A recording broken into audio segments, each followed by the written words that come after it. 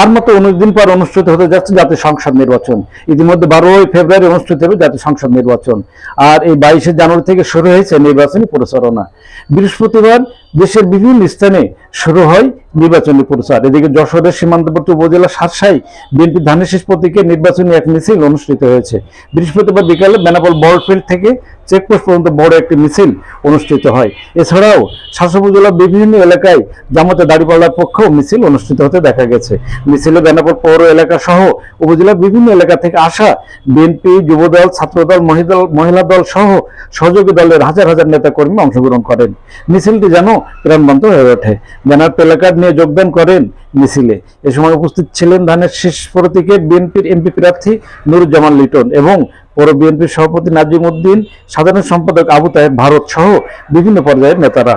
যশোর 85-701 আসনে বিএনপি, জামাত, জাতীয় পার্টি এবং ইসলামী আন্দোলন সহ 4 জন প্রার্থী প্রতিদ্বন্দ্বিতা করছে। যত সময় গড়াচ্ছে তত জন মিছিলে নগরীতে হয়ে পরিণত হচ্ছে বেনাপোল সহ বিভিন্ন প্রান্তর। বিভিন্ন ইউনিয়ন, ওয়ার্ড বা গ্রামে শুরু হয়েছে মিছিল। আমরা দেখাবো বিএনপির একটি মিছিলের চিত্র।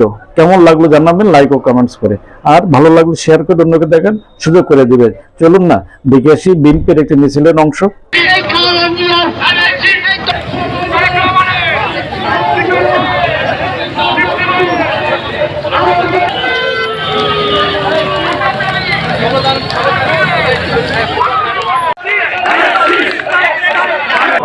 বাক্কা